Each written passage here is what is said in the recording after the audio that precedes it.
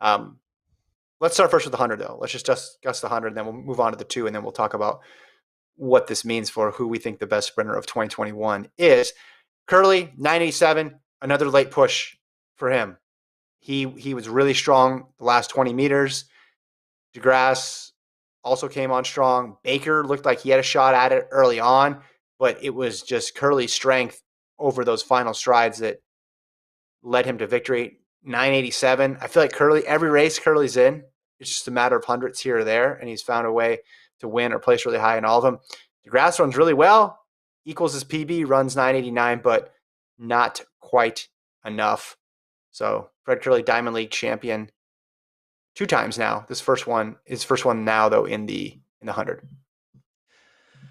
Yeah, I mean, before we talk about Fred and DeGrasse, get a little shout out to Ronnie Baker getting third in that race.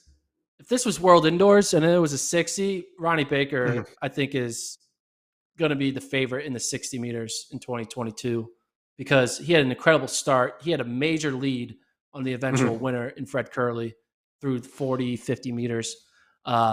Baker just doesn't have that second level in that final 20 to 35 meters that Kerley has. And that's what makes you a great sprinter, right? Yeah. Usain Bolt did that. You know, like you see just those people when they're rolling on all cylinders, it looks like they're running on an airport moving sidewalk. It just like doesn't make sense. They're traveling a distance farther than their legs should be able to go because they just have that perfect turnover. And that's what Fred Kerley, you see that starting at like the 40, 50 meter mark. You're like, whoa, is his lane like moving? Because something's not right because he's going much quicker than his legs. And that's what great athletes do. Bolt was like that, obviously.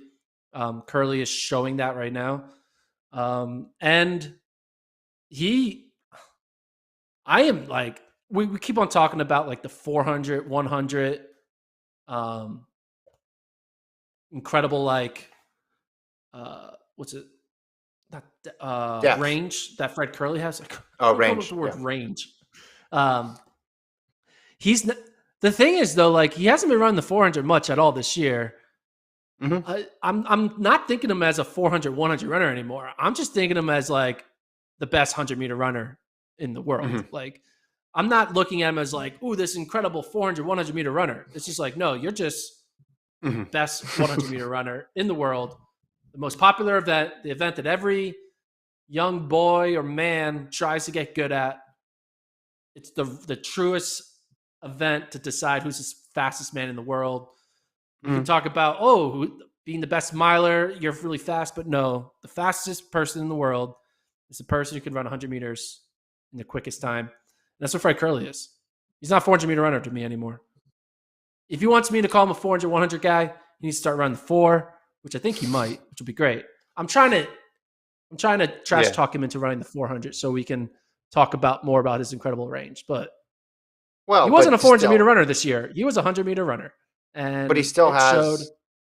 What's that? He still got the 43.64, which when we look at the point totals, that was the best performance. But you're right with his medals. He has a better medal in the 100 than he does in the 400. I'm just looking at his hundreds this year, Gordon. This was a 987, so he's at 984, 986, 987, 991, 992, 993, 994, 996, 996, 997. Win legal.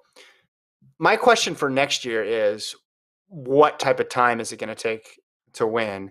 And if we go back into the 9.7s with Coleman or anybody else jumping into the 9.7s, Bromell, if he gets back there, Lyles, can he take that step into the 9.7s? Similar question I'd have for Jacobs. We just never saw Jacobs after the Olympics, so I don't know how to ask him that question because he's not around. But because if it's a 9.7 conversation, I think it gets tricky, right? That club gets more exclusive.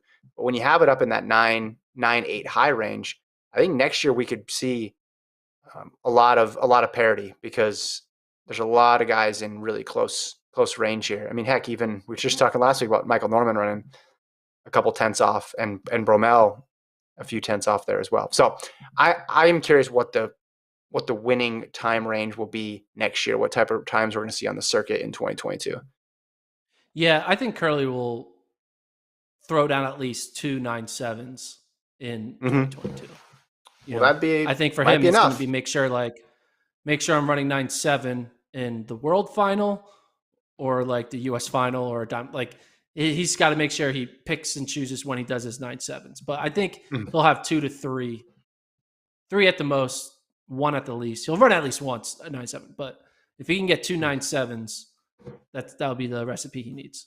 And I think his consistency of running a bunch of 9.8s and 9.9s over an entire season, he showed that he was never a flash in the pan. He was able to back up race after race. Every time he had a bad race, he followed it up with a good race. Yeah, 9.7 is definitely in his chapters for 2022.